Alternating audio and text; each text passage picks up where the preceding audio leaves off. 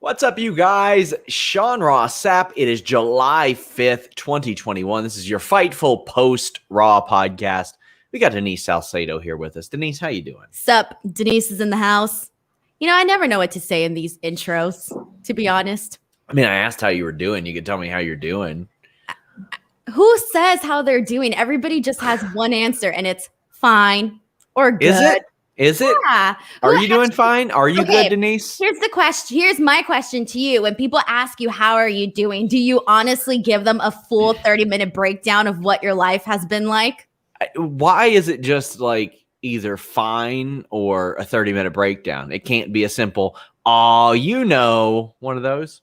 Who does that? Never once has anybody been like, hey, Denise, how are you? And I'm like, That's not even real verbiage. There you go. That's how it rocks right now. Leave a thumbs up on this video, guys. Subscribe. Tap the bell for notifications. Please leave a thumbs up on this video. It helps people find us. I know that a lot of you are finding us because we dropped an Adam Cole interview today. Check that out. He talks about Tyler Breeze, Up, Down, Down, Roderick Strong, Diamond Mine, Malcolm Bivens. Like, there's so much stuff that he gets into. And yesterday, we dropped an interview, unfortunately timed, but the Patriot Del Wilkes. We had planned this interview. We did this interview months ago. And I had told him, hey, you know what? I'm going to wait and drop this Independence Day. He was fine with that. And unfortunately, last week, we lost the Patriot Del Wilkes. Actually, Denise was the one who told me she saw a post out there, and it was a shocker. 59 years old. There are definitely plenty of things I didn't agree with him on socially, but he's got a family. He was 59 years old, and that is that's horrible. That's a big time bummer. So sending our condolences to his friends, his family, and his fans. And if you want to listen to 40 minutes of him talking about his career, we did a hell of an interview. It was outstanding. I learned an awful lot from him. He talks about leaving WCW because Hogan came in and he kind of saw the writing on the wall as far as being a patriotic character when Hogan's around, coming into WWF, signing a contract he knew he couldn't fulfill. He was very, very honest there. But definitely want to send our condolences there. We also have an interview with Colt Cabana that dropped last week and the Varsity Blondes. And this week, we've got the star of the Vega wrestling family, the real one that matters, Denise, Savio Vega. I interviewed him. So I've got the good Vega on Fightful. What do you got? You got some interviews this week, don't you? I got quite a few. Sean Ross Sapp. Okay. All right. Let's just mute Denise real quick after she acted like that. I'm just kidding. Go ahead, Denise. Well, I'm just saying, I don't even know. Am I allowed? I was like, I usually plug my stuff at the end because, I don't want to steal your shine, Sean. Well, I mean, let's be honest. I don't want to be like stealing your viewership. I'm sorry. So I'm considerate of you and your feelings. That is a good friend. And I wait to plug my stuff at the end because I'm considerate of you. That's what we're going to do then. That's what we're going to do. You see? We got a super chat, though. Donate a super chat and get your question or statement read on the air. I would really appreciate that. It supports us a lot. Xanthiu says, Cat Fantasy Booking. Who you got? The Artist Oliver versus Teddy Hart's Mr. Money, Master of the Feline Moonsault. Okay, so this is a legit true story. Oliver can do moonsaults, too. Stop it. I swear. I'll take a video of it, but when you pick him up, he tucks his head backwards like that, and he likes it when you flip him over. He even likes it when you give him a little bit of a push through the air. Like, if he had his choice, he would soar from one end of the room to the other, but I don't feel safe doing that. And then he immediately runs back to you and is like, hey, let's do it again. So all you're telling me is Oliver is extreme? Yes, he is. Is it Mr. Oliver or just Oliver? It's Oliver the cat. Oh, sorry, I forgot.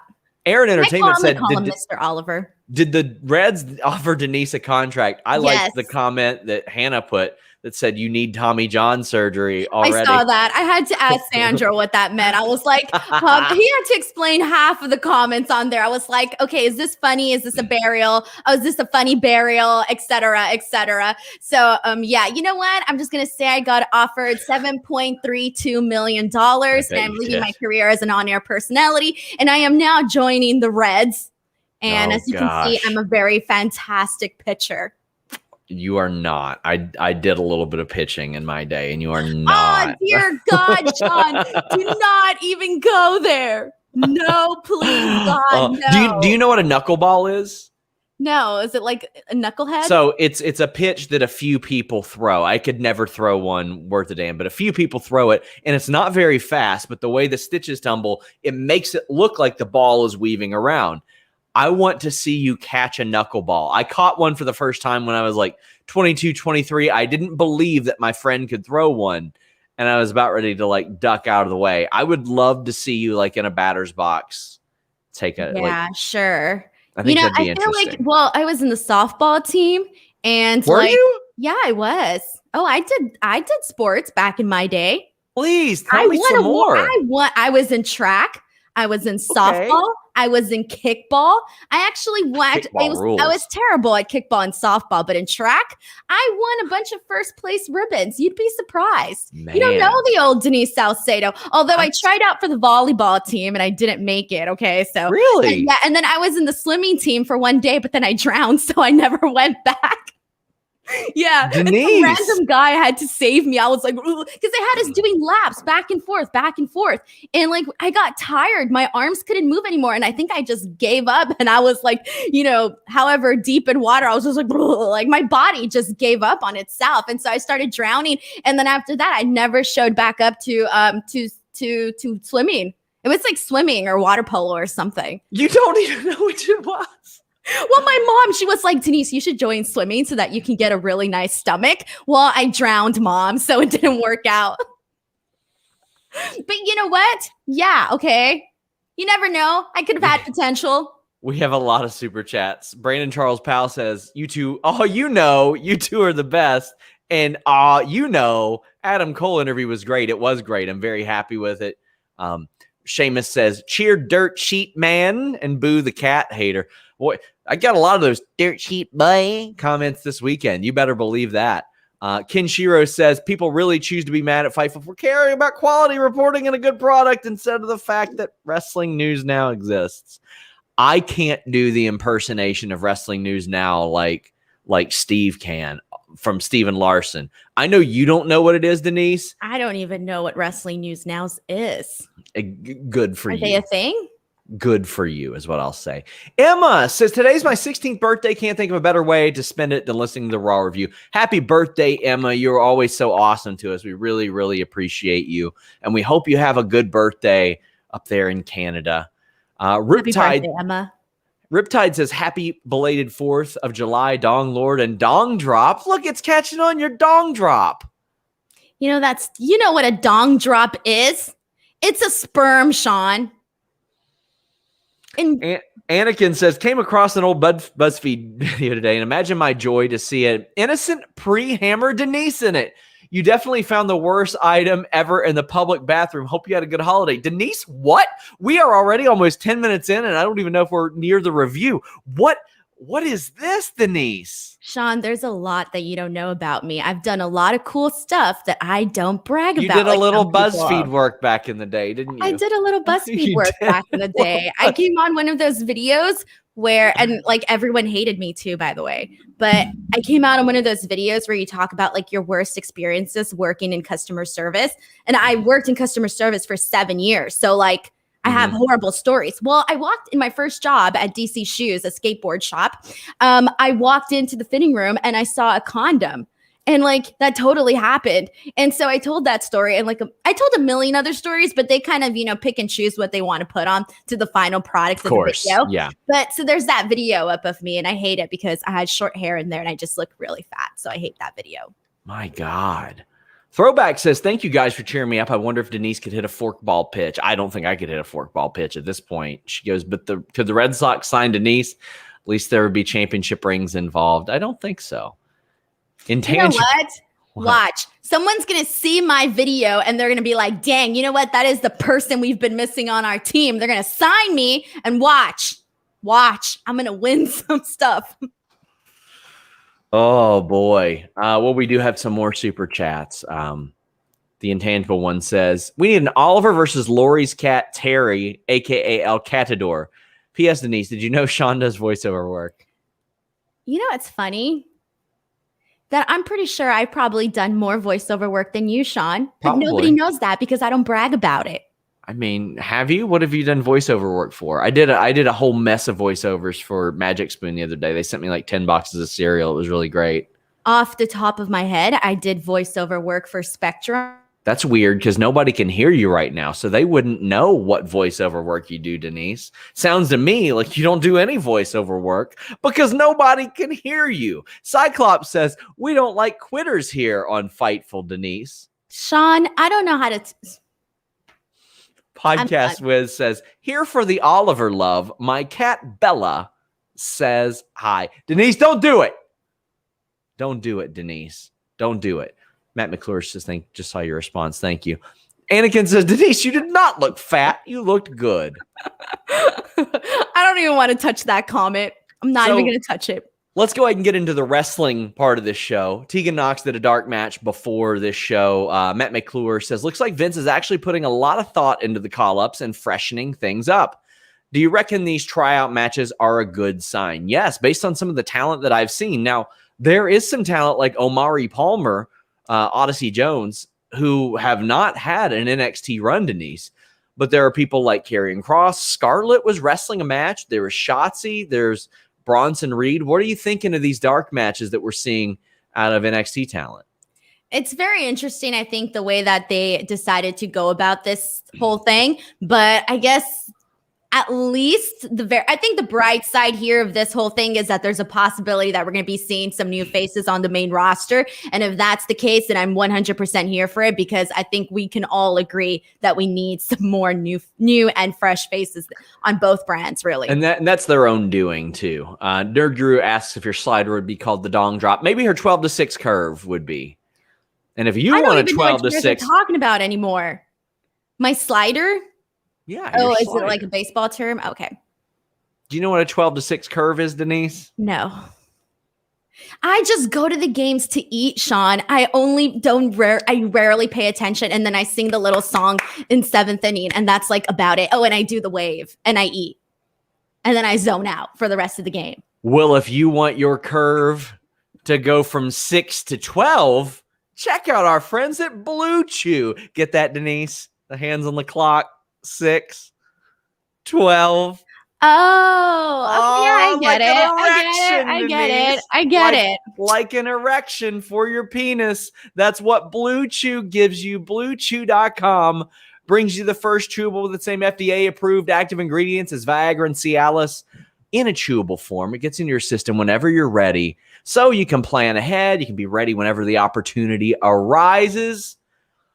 You won't have to worry about the knuckler when you're dealing with BlueChew.com, code Fightful. And it's discreet as the delivery on your change-up. And if you need a little bit of a change-up, BlueChew has you covered. Sometimes it's about that confidence. You don't have confidence in that number one. You know what I'm saying? Right down the middle. Can't put it over the plate sometimes. So you got to rely on the crafty stuff. Not with BlueChew. It makes sure your whole number one gets in there fast and hard. Don't swing and miss. Use BlueChew.com. Work with their licensed medical providers. They get the active ingredient you need. It's shipped straight to your door in a discreet package. No waiting in line at the pharmacy. No doctor's visits. None of that. No, you won't have to be on the disabled list anymore with BlueChew.com. When you use the code Fightful, you get your first shipment free. Just pay $5 shipping. That's it. Let her mitten catch that ball. Mitten, Denise. Is it not a mitten? It's a mitt. Mitt. Aw, damn. I was working really hard on that this entire time. Man. You don't say mitten? No. No? Really? No. Oh, man. Well, there's Cyclops my says... My fiance's going to give me so much shit for that. Cyclops says, SRS, how is Adam Cole not called up? Vince is tripping. There are reasons. Probable cause says, roses are red. Denise's head floated in the pool like a buoy. Dear Lord, sing Eva Marie on Raw is just poopy. Dirt Sheet Boy shirts now. I don't know about the Dirt Sheet Boys shirts. Throwback says, customer service does suck. Trying working on cars and having people yell at you. Remember, I have your car's life in my hands. How about them, Raw? let's talk about Raw. Let's actually. I didn't even remember what we were here for. I was like, what are we even here Yeah. for? This just feels like the roast of Denise Salcedo. Every single post show, Raw post show on Fightful feels like the roast of Denise Salcedo. Oh man. Well, let's talk about Raw. We're gonna get to this Ricochet John Morrison match where John Morrison beats Ricochet via countout. But before that, there was a series of promos, Denise. Some good, some funny, some were, oh boy, some were something. But we start with Miz and Morrison. We've got Riddle out there on top of a ladder. We've got Drew doing a history lesson. What Richie Goodacre says, can we cancel story time with Drew? Dude. All right. So this has been something that we've been talking. What are you bringing onto the camera now, Sean? Oh, is it Oliver again? I mean, why don't you just make this a Sean and Oliver show? Why don't you talk about the show? Why don't you talk about the show? Because you're distracting me with your cat. How am I distracting you? Is it because All Oliver's so beautiful? He's a beautiful Russian blue. He's blue? He looks gray. It's because they're so gray, they look blue. You know, bluegrass isn't really blue. It's green. It's so green that it looks blue. Please talk about this opening segment. Okay, Sean. Anyway, so back to this opening segment. I hate to say it, but anytime we kick off with something that has to do with Miz TV, I already know that it's going to be going a little bit down the drain here, okay? So just based off of that, I kind of felt like they shouldn't have done it this way. I think there could have been a better way to incorporate all of these guys who are in the Money in the Bank in a different way. And it comes to Drew McIntyre. We've been talking about the fact that he's been doing like these history lessons forever, but now it's becoming more clear. I think before was a little bit more not subtle, but he would throw it into almost all of his promos. But now it's multiple times on the show. We got it today in the opening. We got it later on the show. So I kind of feel like it's really like they're hammering us in the head, over and over with it. I'm not a fan of it. And unfortunately, based on a lot of people's Twitter comments that I'm getting, people are not really finding this version of Drew McIntyre appealing or likable. I think people are starting to get a little irritated, which kind of sucks because this isn't something like, I hate to say it, but like, it's not something that it's not a quality of a main eventer to essentially be having, these history lessons. It's so weird. Exactly. It's not the quality of a main eventer. It's a quality of a mid-card guy or a low-card guy, whatever the hell you want to say. But it's not working for him. If it wasn't for Matt Riddle in this segment, literally the entire thing would have been trash. Like the entire thing, Matt Riddle literally saved it with, making that joke about being high up on the ladder. That was funny. Making fun of AJ Styles. And what did he call him? He called him Skipper. Yep. And then he makes fun of his size. Like, oh, you're so cute. Then says, oh, Moss, you're almost as tall as me or whatever the hell he says. But literally, Matt Riddle saved this segment. Yep. I completely agree. That was the only good part about this. I'm so done with the Miz correct thing. It ain't cute. It ain't heel heat. It's just like, what was Ricochet doing out there? That little thing that he did where he spelled out his name, that was bad. And Drew doing these history lessons, like there was another one later on that he very clearly like added to. And it's just like, man, this is not working. This is not working. Matt McClure says, so they're done building the Money in the Bank and just put stuff on. What was this episode? Why was it an episode? That's the thing. That opening promo is just like, okay, how many interrupting promos can we get? And then AJ's out there and he's like, if anybody deserves, it's me. That's a trope I want gone to. I am so tired of the interrupting promo with, if anybody deserves a shot, it's me. It's me. I'm so done with this. But the Ricochet John Morrison match was good. We knew it was going to be good. It's always good. I thought the finish was clever as well, like Miz using the wheelchair to keep Ricochet out. But like next week, we've got a Falls Count Anywhere match. I'm sure it's going to be awesome. But at this point, I'm like, okay, well, I'm excited for the match, but it doesn't really mean anything at this point.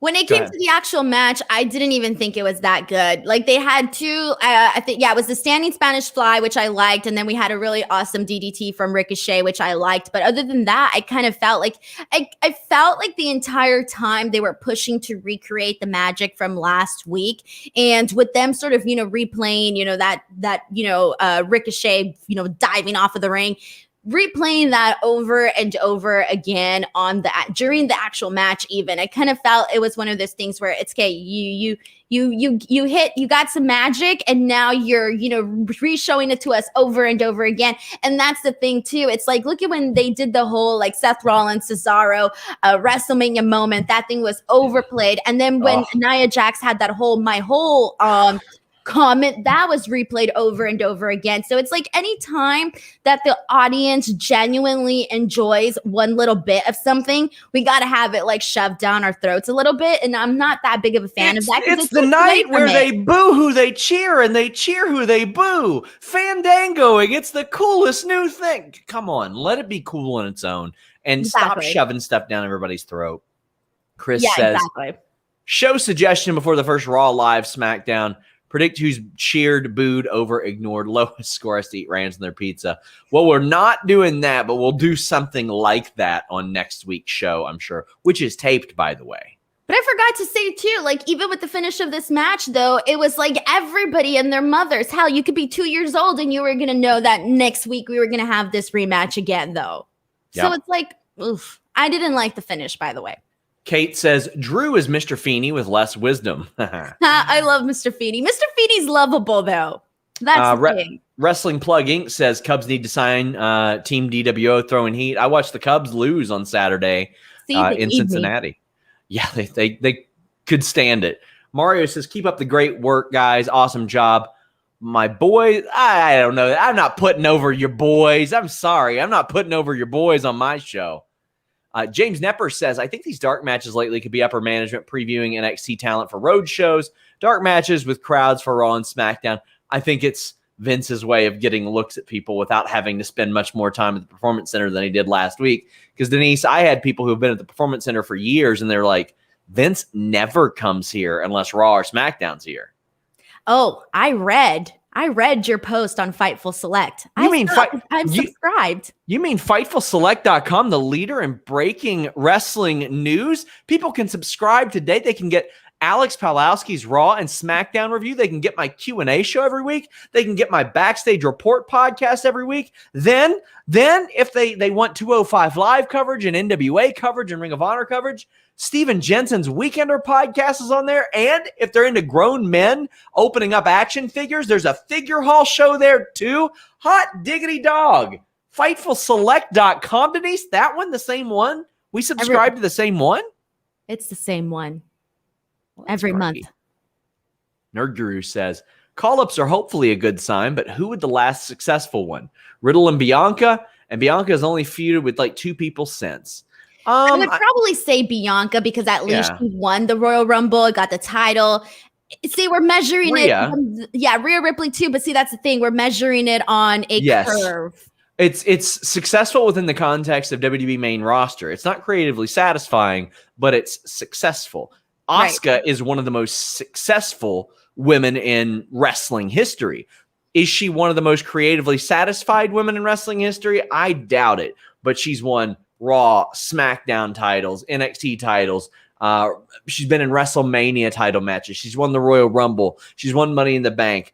But most of her creative sucks, unfortunately. So I guess it depends on what your definition of good call-ups are, or at least successful call-ups. Brendan, thank you for the nice super chat. He said, great baseball references in that ad read, Sean. Denise is awesome, but her cat hating deserves roasting. I'm sorry, okay? I don't hate cats. I just don't favor them. How on earth, Denise, could you hate this little bro?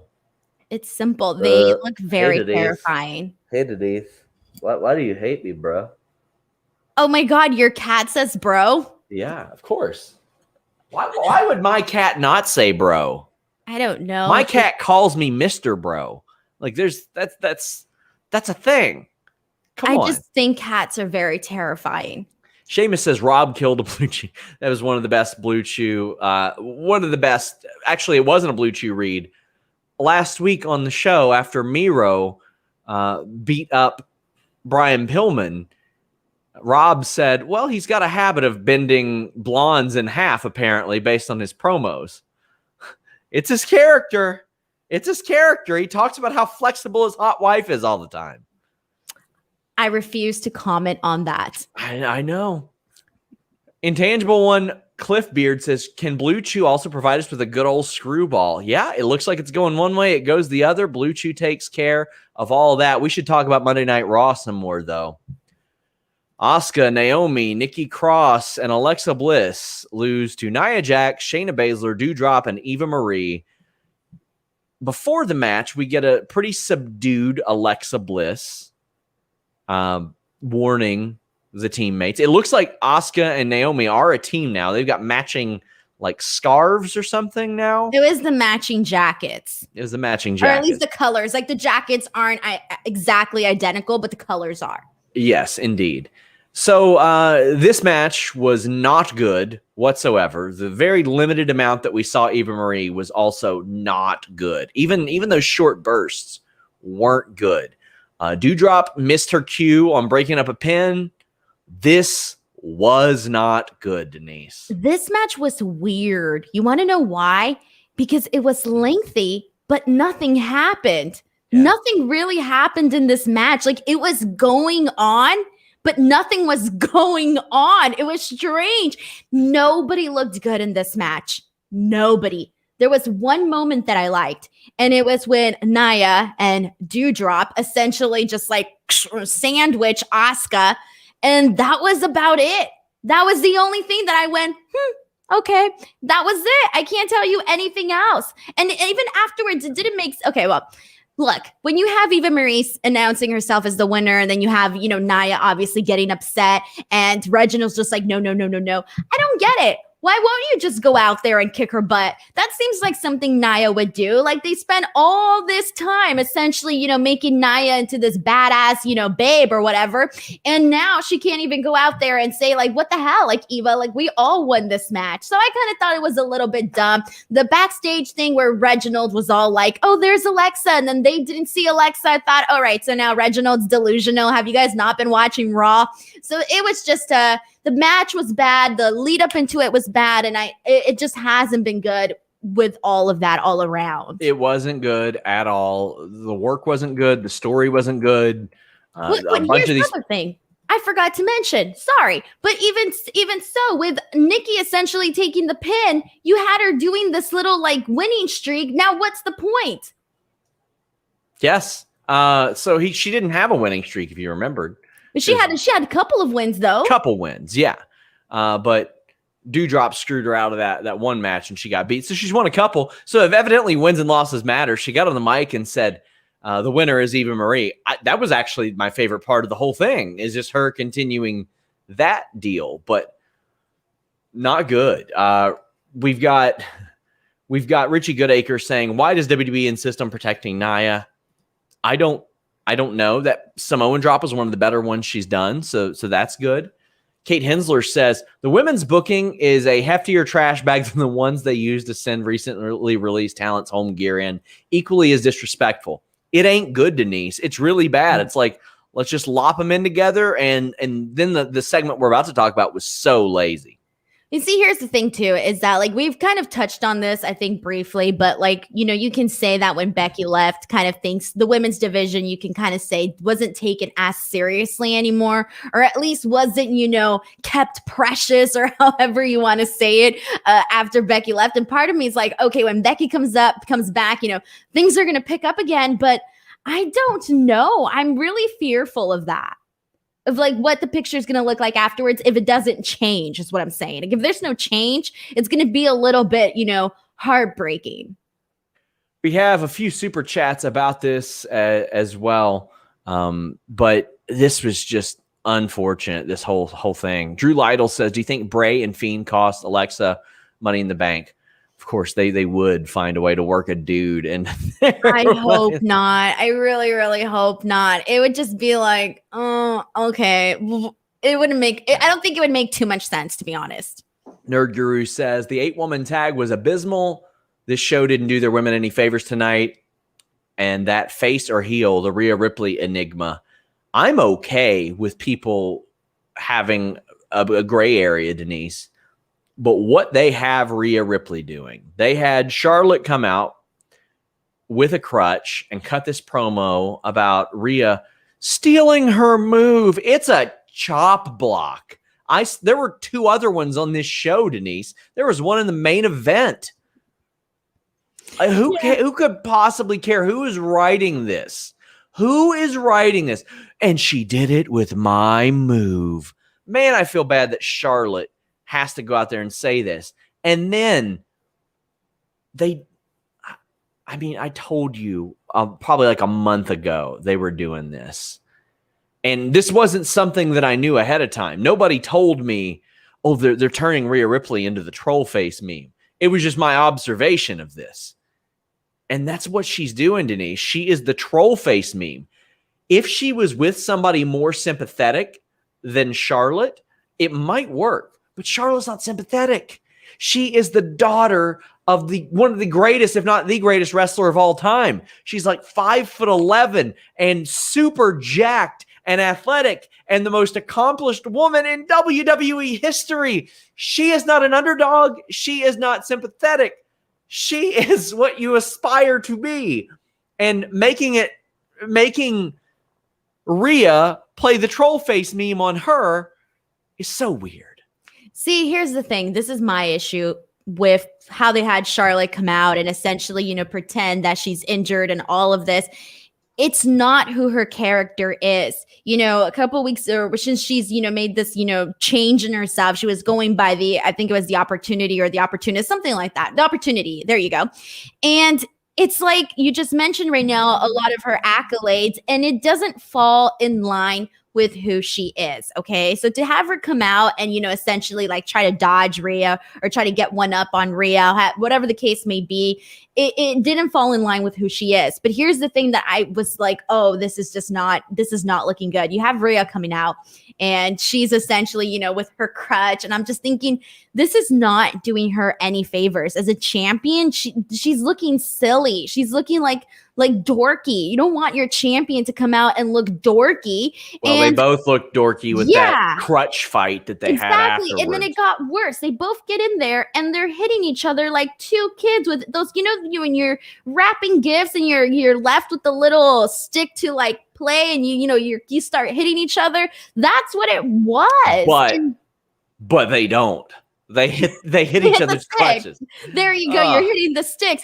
It was not good. And it didn't make sense for either of their characters. And it just didn't. It made the story hasn't been great from the top. And it's just continuing that. And you don't need to do this like nonsense with either one of them. So for me, this was a complete and total miss.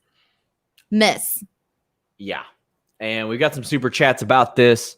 Richie Goodacre says, they make their announcers look so stupid. OMG, is Rhea hurt too? Obviously not. I did giggle a little bit over how extended this was. It was so long that it was stupid. And Orlando Orrego says, love Nikki Ash and Eva Marie. They were the best part of the women's tag match. Low bar, but I'll agree with that. Did they call her Nikki Ash today? No, yes. She's still Nikki Cross. She's both. She's both. Okay. We've got some other super chats. Podcast Wiz says Oliver with the run-in. And Riptide says, I love cats too, but there's no denying that Oliver would kill you if you were 6 inches tall, Sean. No way. He is my crony. He would do what I say. He would let me like sit on his shoulders and he'd like carry me into town. He is my crony without a doubt. Norm Summers says, missed you guys, not Raw last week. Was at my first baseball game since the shutdown. Looking forward to live wrestling, but probably not AEW Raw. Oh, poor JR. Poor JR. Joel Pearl points out that she had a custom Nikki Ash lower third, which is funny because I had a whole lot of people last week going, hey, they're cheap, buddy. They still called her Nikki Cross on commentary. They call her Nikki Cross. Like I heard know. Nikki Cross all over town today. All I was saying was that they call her both. Hannah M. says every time they say Nikki Ash, it sounds like they're saying Nikki Ash. She got dropped on her Nikki Ass by Dewdrop at one point. I figured they were going to go there, but they didn't, thankfully. Brendan says, gray area in a character can be great, but it has to be a consistent character that has logical through line. Yes, I completely agree. For sure. I don't want to make this an AEW show, but AEW has been able to do that, or they did last year a lot better. They don't do it as much now, but last year they did that an awful lot. And there are some characters that I just think should be able to adjust from story to story and sometimes be the babyface, sometimes be the heel. Charlotte should be one of those. She should always be Charlotte, no matter what. No matter what. Sasha is one of those people. She can be sympathetic or she can be an asshole. And I think she could do either one really well. Exactly. And the way that it's been going with Rhea Ripley, it doesn't feel, it feels very disconnected week to week. And that's the problem. Mansoor got beat by Mustafa Ali. What'd you think of this match, Denise? I thought that given that they have been, even though they've had very, brief moments on Raw together, those brief moments have been very enjoyable. I thought that they would have done these guys a lot better or given them more justice if they would have given them more time and more in this match. This match really was very forgettable. It was nothing. It was a reminder of these guys are low card guys, mid card guys, whatever. It was just a reminder of that. Nothing. I went into this thinking, I want to see Mansoor in action. Like, let's do this. I want to see this match. And I got nothing from it. Well, don't worry, Denise, because you're going to see it 3 more times at least. It might be on main event, but you're going to see it at least 3 more times. Now, this ends the winning streak. That's it. Mansoor's winning streak is now finally over. Before this, Mansoor had not lost a match since August, or lost a match by pinfall since August of 2019 against Dominic Dijakovic, now known as T-Bar. That week he had lost on TV against Damian Priest as well. Since then, they had built him heavily. It's amazing that once you get to the main roster, it's like all that protection for nothing. Done. Might as well utilize it. Like, utilize that, And it's like, or at least have a blowaway match if you're gonna, not. At least have a good match to remember it by. This was nothing. It was nothing.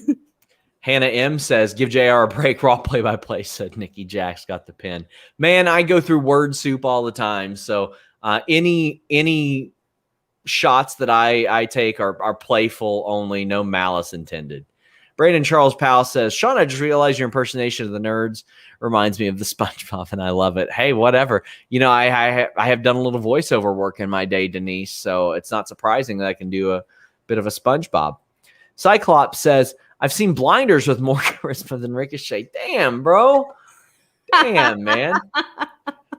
Oh. You know what? That's a good one.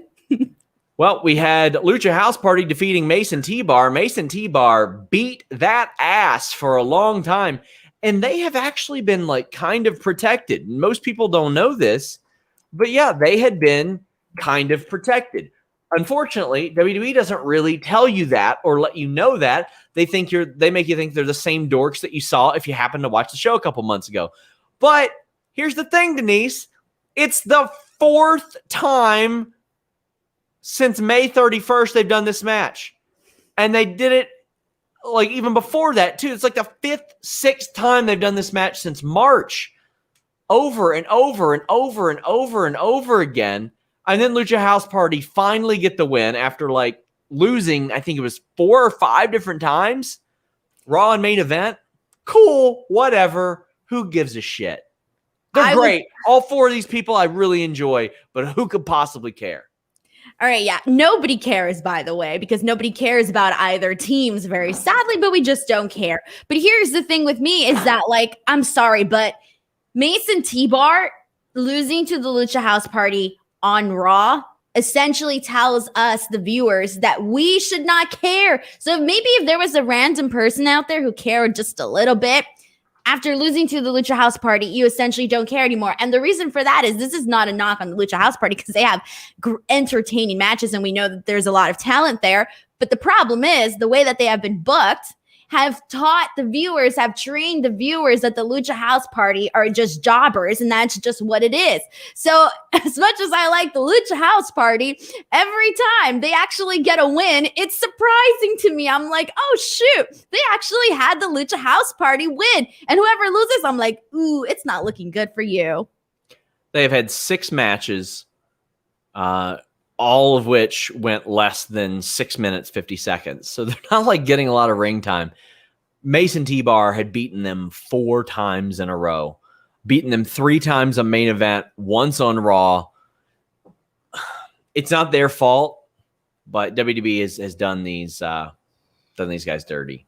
Terry Allen Jr. says, any Def Rebel songs within your playlist? No, I don't really listen to a lot of wrestling songs outside of TV. I hear them too much. Richie Goodacre says, wish main roster fans could see how good T-Bar is. Yeah, I do too. And I think you get glimpses of it in a match like this where you see him land some really good, snug offense, but they just, I don't know. He seemed like the kind of guy Vince would like. B. Barber says, watching Raw is like having to change a baby's diaper with explosive diarrhea. They're both shitty. Well, you know what? I appreciate that super chat. Thank you very much. Jinder rolls up on a motorcycle and he cuts a pretty solid promo about Drew being his buddy and taking his opportunity from him. Sure. And then Drew cut a promo backstage that was not good, where he talked about Jinder, at least having the balls to fight him. And you can tell like Drew wants to put over his buddy a little bit because they are legit still friends. What'd you think of these promos before the match? Okay, so Jinder's promo I loved. I thought it was hilarious because he was mad that, that Drew didn't bother to text him back in 3 days, this and that he had a spelling error, and how dare he, this and that. I thought it was hilarious. Drew McIntyre, I kind of already expressed my feelings over this one, but the second I start hearing the second I start hearing that he's going towards the history lesson direction, I tune out. I'm out. I'm like, all right, cool. I don't even need to hear this. Gone. It's hit Aleister Black in the closet vibes. It's hit Bray Wyatt backstage creepy vibes. It's hit a lot of that. Like, these people can talk, and they can talk pretty well. Paul Heyman for about a year there was like, it was very like, that they're good. But it's like, what are they saying? They're out there just saying things to say it, to hear themselves talk. And Kenshiro says Drew's trying to audition for the reboot of Drunk History. And The Line Drive says, I feel like Drew just had his Suffering Succotash promo tonight as a top babyface in WWE. Didn't think we'd get here this quick. Drew McIntyre, like, I can tell you in my experiences with him, he is a really nice, down-to-earth, level-headed, funny guy. That's him. However, what he isn't is relatable, Denise. Me and you and everybody watching this show cannot relate to 6'4", 245 pounds, sirloin beef, sons of bitch, WrestleMania main eventer, Drew McIntyre. No, you cannot. And see, I was trying to think, like, what is it about Drew that isn't sticking right now? And I think you nailed it definitely with that. He isn't relatable to a lot of people. And I don't know. And it's just not helping. The promos are not helping. They got to find a way to, even if he's not going to relate to everybody, they at least got to find a way to make it work. And there was a moment where it was definitely working. If not, he wouldn't become champion. The people wouldn't have popped as hard and all of that. See, like, the people were behind Drew for a while there. And sadly, like, I think it was a mixture of both things. I think it was a mixture of creative, the lack of, challengers and all of that, but also, obviously COVID and not having a real audience to feed off of and an audience to be there to cheer for him and get behind his back. I think it was really a combination of all those things that kind of led to this, like, I don't want to say downfall, but this decrease in interest in Drew McIntyre. And this is the thing, though. If you were to tell me, like, in a couple of months, hey, Drew McIntyre is going to be champion again, I'd be cool with that. Why? Because I still like the guy. So would I be crazy about it? No. We've got some more super chats. Throwback saying, I guess Drew skipped history class. He didn't He hasn't learned from it, so he's doomed. Next thing you know, aliens will show up instead of zombies. Orlando Orrego says they need to cancel Drew's story time, or could it be his heel turn? I hate it and him. So these 3 super chats go in with one another. Cool Joe 35 says WWE is ruining McIntyre. These stories are not going to go over with live crowds. And Aiden says, how can they rehab Drew's character? This is how I would do it. That shades of gray that I was talking about, I would do that. We've seen Drew be a nice guy. We know he can be. He is. But what got him over, Denise, much like Rhea Ripley, was kicking the living shit out of people. And I've said this before. I wouldn't have Ricochet or Drew McIntyre win Money in the Bank. Neither one of them. Instead, I'd have Drew inches away, about to pull it down, and Ricochet costs him.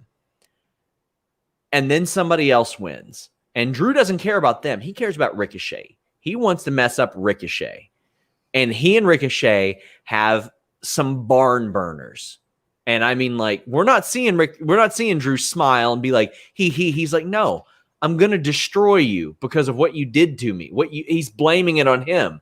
Instead of taking responsibility for all these things, nobody likes a whiner. He's got to do something like that. I don't think they will, though. No, I don't think they will too. I think they have a feeling that, and see, here's the thing is I do think that feeling might still be right. Because I just said, if he were to become champion, I wouldn't necessarily completely hate it. Okay. And I'm sure there's other people out there that feel the exact same way I do. But here's the other thing that I wanted to touch on about his promos is that I wonder how people from Scotland feel about it. Are they proud? Are they still into it? Or are they not into it? Like, that's what I'm curious to know, because maybe for us, it's like, well, we're not even from there. And there's a bunch of people that aren't from there. So I'm wondering if this is hitting differently to people that can relate to Drew McIntyre in that sense. So I am curious about that aspect of it, because again, it's like he's only targeting like one demo audience, and it's definitely not, obviously not everybody, since people are from all over. Guys, we still have a few matches to cover. Get your super chats in. We will read them on the air. Cool Joe says Drew needs to bring back Broken Dreams. He said he's going to push for it eventually. He said it in an interview last week. I think it was the Battlegrounds podcast. He said that he's going to pitch for it. He said, man, he's like, as much as I get asked about it, you all better know the words, because I'm going to be really embarrassed if nobody sings it. Valab says, well, at least in the height department, I can relate to Drew. Well, there you go. I can't even relate, man. I'm like, odd. Me too. You know what, Sean? I hate tall people. Well, while I'm at it. Drew faced Jinder Mahal, and this was a story that they were going to have last year, but they hot-shotted it a bit this year. Bryant says, I have a bad feeling they're going to have Jinder cost Drew Money in the Bank. I hope not. I hope it's Ricochet. But I actually really, really liked this match with Jinder Mahal and Drew McIntyre. It seemed to me, Denise, like the kind of match they have talked about having for a very, very long time. My only qualm is that after the DQ, Jinder again forgot how to do his finishing move that he has had for over 4 years. He constantly does it. He forgets to clutch the wrist. You clutch the wrist, you go half Nelson with the other, you lift them up, you slam them. He always forgets either to grab the wrist or do the half Nelson. Poor guy. All right. So here's the thing. I didn't hate this match, to be honest. I feel like you would think I probably would, but I didn't. Here's the one criticism that I do have. I don't think that Shanky and Veer necessarily bring anything to the table. They don't. They're the shits, Denise. They're not good. And I didn't want to be nice. I didn't want to be mean about it. Excuse me, because I didn't know how I didn't know what the general consensus was for these two guys. But I find them very boring. And here's the thing: is like when the Singh brothers, when they would come out with Jinder, yes, they would always at least be like, adding some energy, doing this, even if their role was just to stand behind him. But these guys are just like, they're just two big walls coming at you. I do get why Jinder's character would be like, well, the Bollywood boys didn't do me too good for too long, so now I got bigger and better. I understand from a character standpoint why they do it, but these guys just aren't good. Like, are they going to be as heaters? I hope so, because I think that's the best use of them. And I think Jinder's perfectly fine now. I've been watching his matches when he has them on main event and stuff, they're not bad or anything. He's better in the ring now than he's ever been. And you want to know what makes them look worse is that they're two big guys, right? And they're essentially out there doing nothing, okay? Think of like Omos. Omos is somebody that essentially for, quite a lot of times, he's out there. He's not necessarily doing anything, but even though he's not doing anything, he's still doing something. Like he bumped over the top rope he did the Rumble elimination spot. He did the back bump over the top rope. But like, even what I'm saying is like, even when he's not meant to be doing anything, when he's just meant to be standing there, he's still showing some sort of personality. He's still showing some sort of presence is what I'm trying to get at. So like, when you have somebody like that on the exact same roster and you're not half as interesting as that person, you got to step it up, man. And these are two guys, not just one. And Omos has a presence and has some natural charisma and stuff. It's like I think it was a shit or get off the pot situation with Veer and Shanky. I think they were like, well, we've got them, we've had them, we might as well use them. And if they don't work out, they don't work out. But I liked the match. I liked Drew and Jinder. I thought they worked really well together. And it's like, well, like everything else on this show, it's got to happen again. And it's got to happen again. And it's got to happen again. I think there was a really good story in like a 6-week just Raw, not pay-per-view. They just tell the story on Raw. Drew and Jinder, two guys who got fired. They were buddies. They became world champions. And now they're at odds. But they have mutual respect for each other. But WWE doesn't want to tell that story drawn out. Instead, they're just going to do this. And it's sad. Yeah, I thought the finish was not impressive. And even though in that moment, Shanky and Veer were essentially their roles were to be like, obviously these two big guys that, just ruined this match, helped out Jinder, etc., screwed Drew and all of that. If you're going to do that, at least have the beatdown look impressive. I should be like, oh man, like, these two big guys, they just lifted this other big guy, or just something that should have been way more impressive for this finish. And prior to that, yeah, like I said, the match was fine, but I did not like the finish whatsoever. Yeah, we have a couple super chats. Intangible One says, Denise, wasn't someone stealing your tweets tonight? That was very weird, but Twitter's full of weirdos. Yeah, I've been coming across some weird stuff, and that was definitely one of them. And I kind of felt bad too, because like, I don't know, man. Like, it was just weird. Yeah. And then, I was pissed too. Like, people say like, oh, imitation is flattery. No, all I think about is how many, because apparently this guy was doing it for a while. And I'm thinking, how many retweets and likes did he get with my thoughts? Those are retweets and likes that I lost out on. Matthew Karen says, legit not lying. Months ago, my father watched Enemy watching one of your reviews and said you had a great voice for radio. Hashtag voiceover. Bye. How about that, Denise? I like Dirt Sheep Boy better.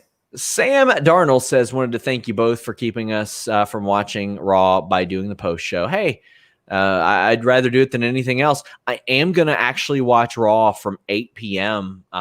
When they go live. When they go in person, like I got to be there for the whole thing. What time did you start today? 9:15, and Denise, I was caught up by 10. It took me 45 minutes to catch up. Oh, not bad. Not bad. That's terrible. That's terrible. That's terrible. Why is it terrible? Brian, he says your hour of your life. Denise says your big old head makes you 6'4". And Throwback says Drew versus Ricochet can be amazing. There's history there from WWE's vault. They can use some of the past history in matches, like the match in a gym.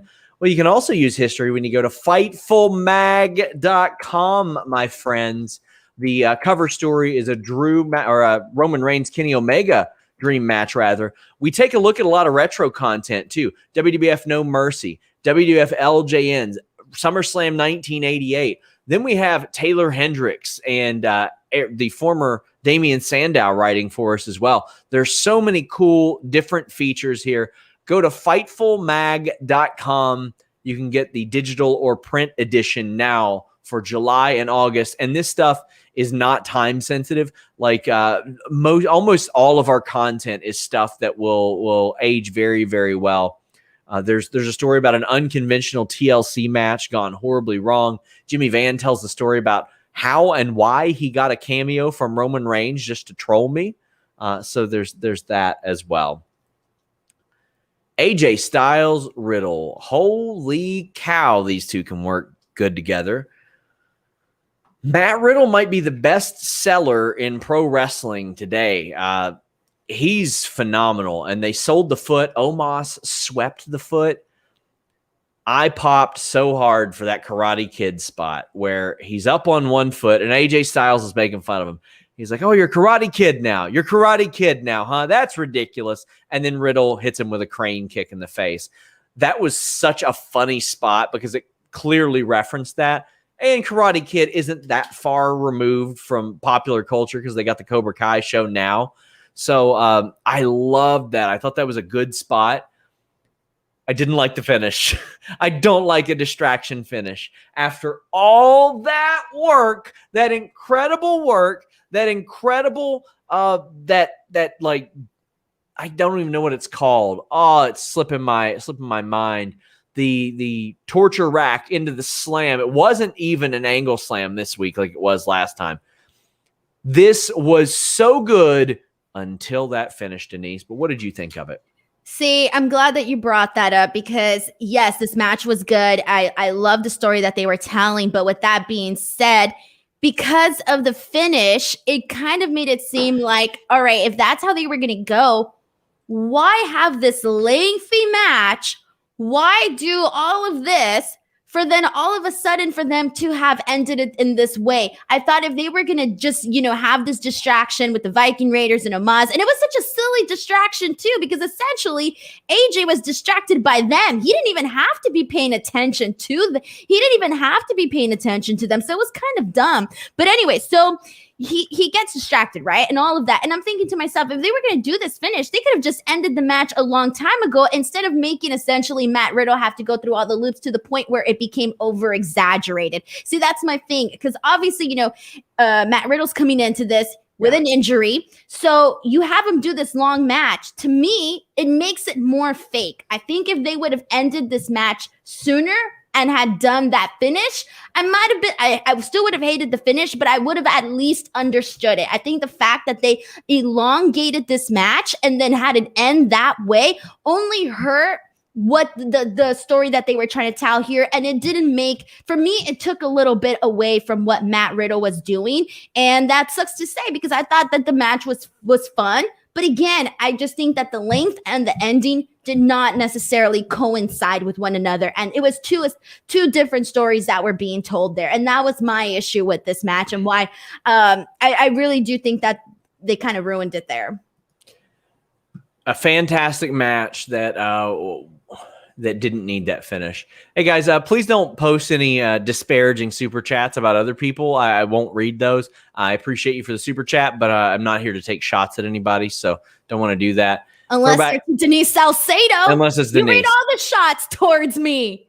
AR Forever actually sent a super chat, said, do you think the Riddle injury will lead to Orton being part of Money in the Bank on his behalf to continue the storyline? Ooh, that's interesting. If Riddle's injury will lead to Orton replacing him in Money in the Bank. Well, all due respect to Orton, I hope not, but wow. You know what I thought for a milliscule of a second?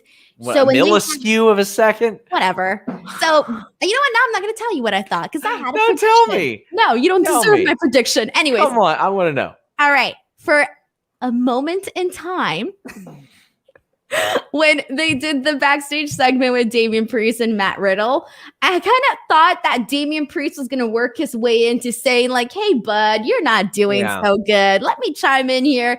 I don't know. I kind of thought that they were going to do something along those lines where Damian Priest ended up replacing Matt Riddle. I don't know. That's what I thought. What are they doing with Damian Priest, the most naturally cool guy on the roster, and they're having him be the guy that reads recited lines and doing secret handshakes with somebody instead of wrestling?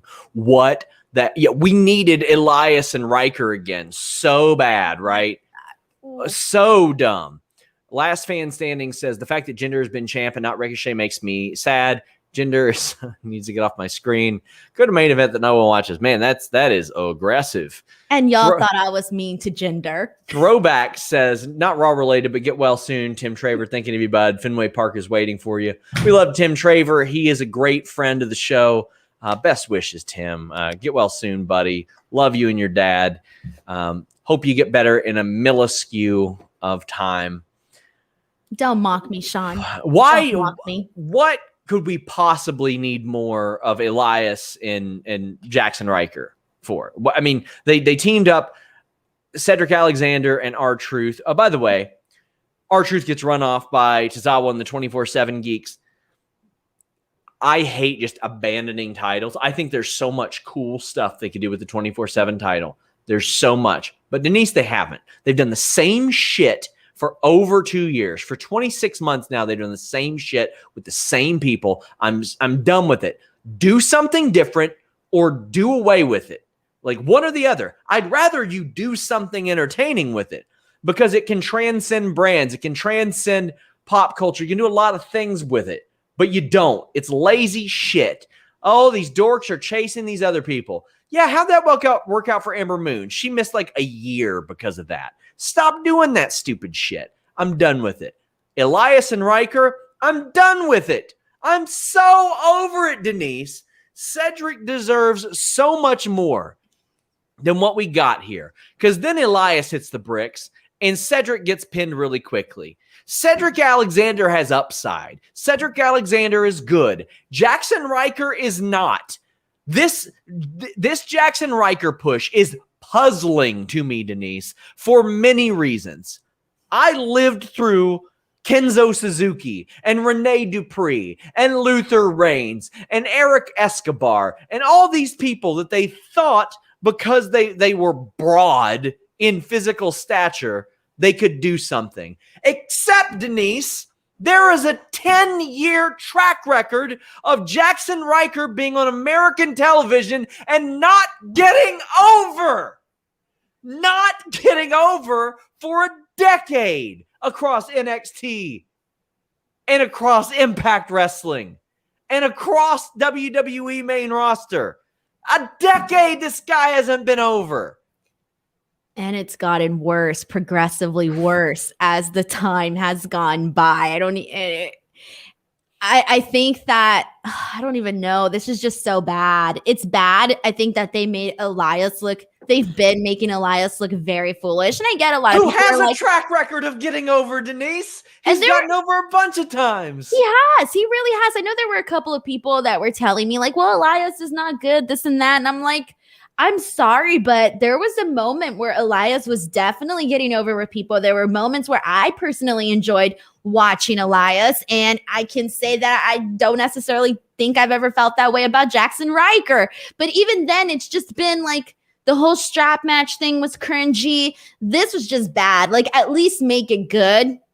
I don't know. I don't even know how to say it. Good luck, buddy. I don't even know how you would make it. You got to make them likable first. Midwest Marks say, a legit turn off Raw until Jackson Ryker is off my screen. Richie Goodacre says crowds are going to boo Ryker out of the building. I'm here for it. I don't even know if they'll boo him. I think they'll see him punk him. I think they'll what him during his stuff. And I don't want to see anybody get what chanted. I wouldn't wish that on anybody. But I think we're going to get crickets. And Nerd Guru says, frankly, I hope it's crickets because then it would be canned. Do you guys get the feeling that Eva's going to get crickets? I think she'll get boos. No, I actually think that Ryker will get boos. I think Eva will get crickets. Really? Yeah, I see it the opposite way. Or at least with Ryker, it's going to be like half crickets, half boos, kind of like it was with Hogan, So I do think that's what we're going to see with, I don't think Eva is going to get booed. I think it's just going to be like a bunch of, just silence. Anakin says, I was at the Raw. Elias debuted in the ring. Boos were so loud, couldn't even hear him sing. What a waste. Elias should be a special attraction. And he was when crowds were around, Denise. He didn't wrestle a lot. He would do his songs. He would do that. He is the troll face meme, not Rhea Ripley. He is. Whether he's a babyface or heel, that's just what he does. See, and now you have Rick Boogs on SmackDown doing the music stuff, and he's getting over. And it's kind of like, they got to find something for Elias quick before he ends up, it's like, you already have Rick Boogs doing this on SmackDown now, and people like him, and they're killing Elias on Raw. Hobbery Duncan says, I remember when I really wanted Elias to beat Rollins on Raw for the Intercontinental title.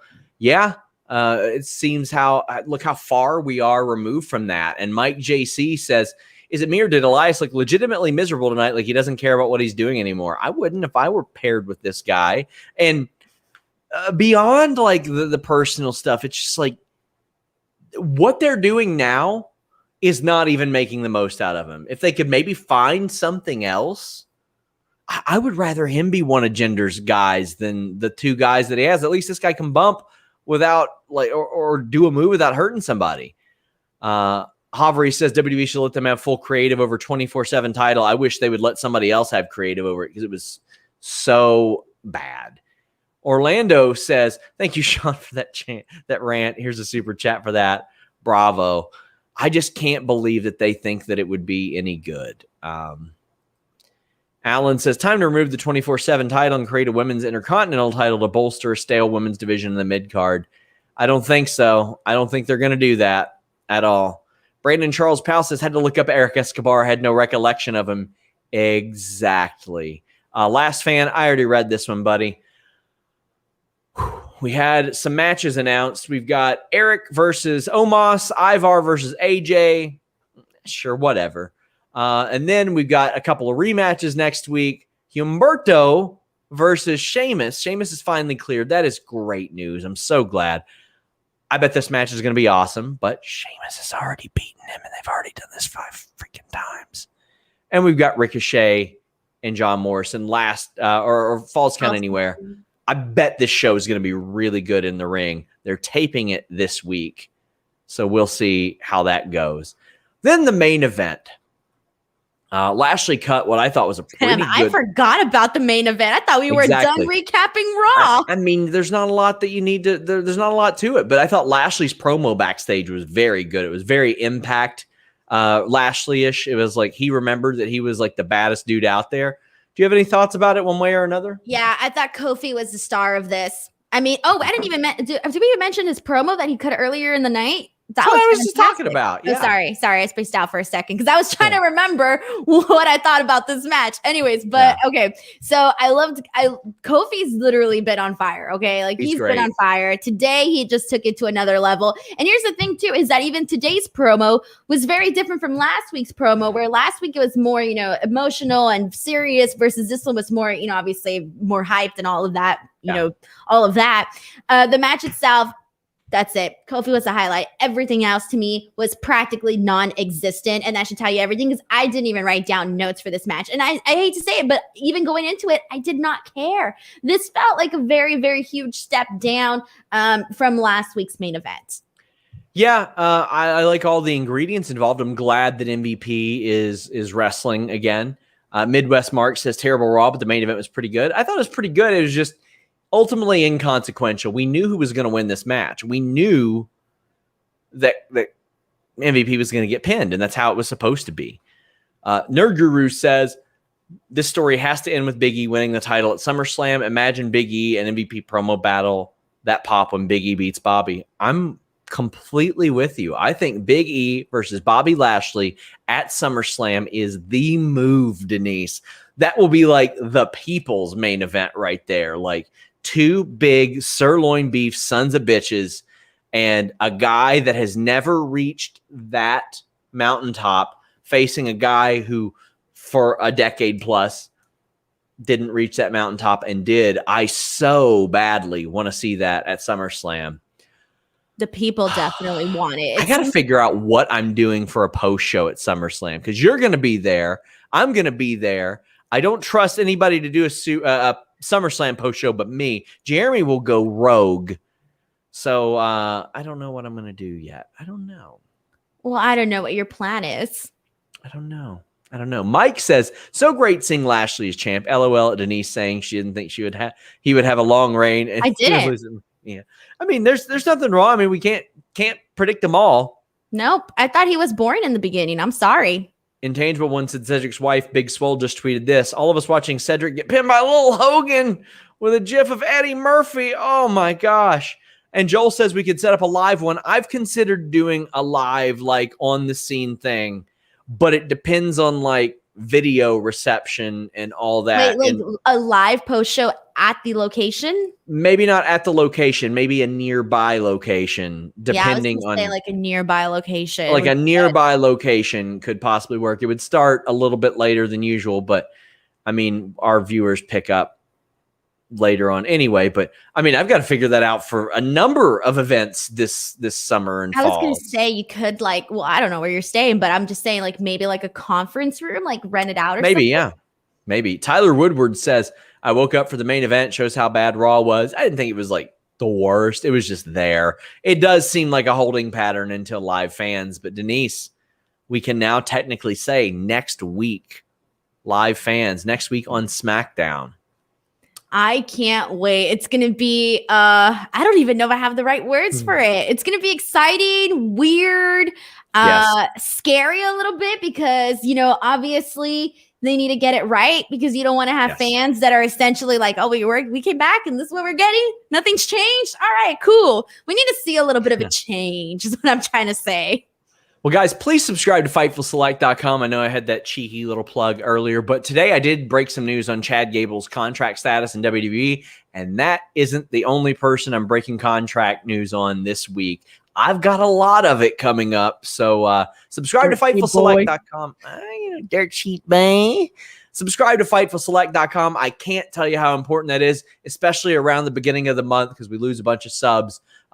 So help push us to Dirt Sheet Guide levels. I would really appreciate it. And also, about 21 minutes ago, Denise, Fightful turned 5 years old. Happy birthday. 5 years ago tonight, I did the first Fightful podcast with Vince Russo. Do you have any words, Sean? You should give a speech. 5 years. I mean, I'm very happy. I was like, I remember when we started this, I was like, oh my gosh, how will I possibly like do this? Am I okay? Am I getting away with something by getting this job? As it turns out, I'm pretty fucking good at this job, Denise. I'm all right at it. And we've got like an awesome staff and awesome mods and awesome writers.